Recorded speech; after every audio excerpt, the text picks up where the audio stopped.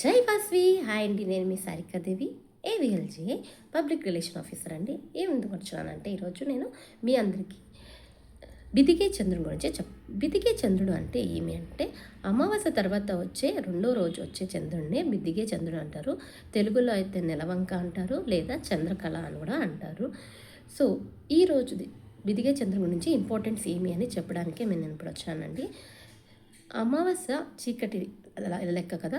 బిదిగే చంద్రుడు అంటే ఆ సెకండ్ డే ఆఫ్ శుక్లపక్ష వచ్చేదే బిదిగే చంద్రుడు. ఆ బిదిగే చంద్రుడి వెలుగు స్టార్ట్ అవుతుంది, స్టెప్ బై స్టెప్ అది ఎక్కుతా పోతుంది చంద్రుని వెలుగు. సో అట్లానే మన లైఫ్లో ఉన్న చీకటి కూడా అంతేనండి. ఒకసారి చీకటి వచ్చిందంటే దాని తర్వాత వెలుగు ఉంటుందనే అర్థము.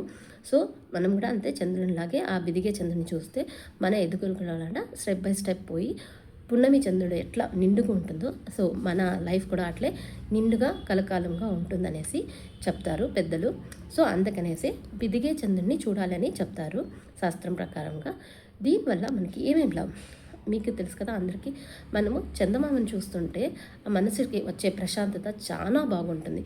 సో అందుకనేసి బిదిగే చంద్రుడిని చూసి మనం ఏమైనా కోరుకుని అది మనకి నెరవేరుతుంది. సో అందుకే రైతులు కూడా అంతే, బిదిగే చంద్రుడిని సాయంత్రం పూట్ల మొక్కుంటారు. ఎందుకంటే వాళ్ళ పంట పొలాలనంతా బాగా చూసుకోవాలా చంద్రుడు అనేసి. సో మనము సూర్యుని దేవునికి అయితే నీళ్ళ ఆర్గంగా ఇడుస్తాము, అట్లే చంద్రుని కూడా ఆర్గంగా ఇడ్చచ్చండి. అదే కాక పాలు కూడా ఇడ్చచ్చు. బిదిగే చంద్రుడి రోజు ఏమీ లేదండి, మీకు ఏం కోరుకున్నా అది మొక్కుంటే అది నెరవేరుతుంది. అట్లే కాదు, ఆ రోజు మనకి ఇష్టమైన వాళ్ళని చూసినా కూడాను అది వాళ్ళకి మంచిదవుతుంది అనేసి అంటారు.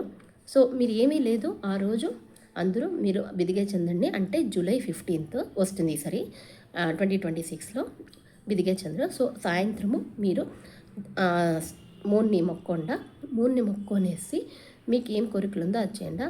మీకు అయితే పాలు అర్పించండి, లేదంటే తెల్ల పూలు, రైస్, షుగరు అట్లాంటిది దానం చేసినా కూడా మంచిదండి. అది మీ ఇష్టము. కానీ దేవుని మాత్రం మొక్కోవడం మాత్రం మర్చిపోవద్దండి. మీ కోరికలు ఏముందో అది కోరుకోండి. ఇక్కడ మేము ఏవిఎల్జీలో కాన్సెప్ట్ ఎందుకు తీసుకొచ్చినామంటే మన సనాతన ధర్మాన్ని మనము తిరిగి తీసుకోవడానికే ఇది చేస్తున్నాము.